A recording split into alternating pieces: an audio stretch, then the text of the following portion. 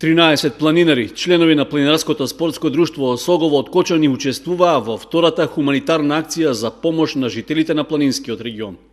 Според информациите од председателот на друштвото Тошо Антов, акцијата поминала успешно, а биле опфатени стари и изнемоштени лица кои живеат во неколку мала од селото Небојани.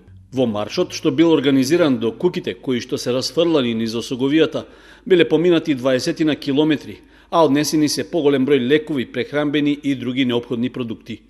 Антов додава дека и овој пат голем придонес за успешно реализирање на акцијата дале повеќе поединци и фирми од Кочани и регионот кои учествувале со сопствени донации.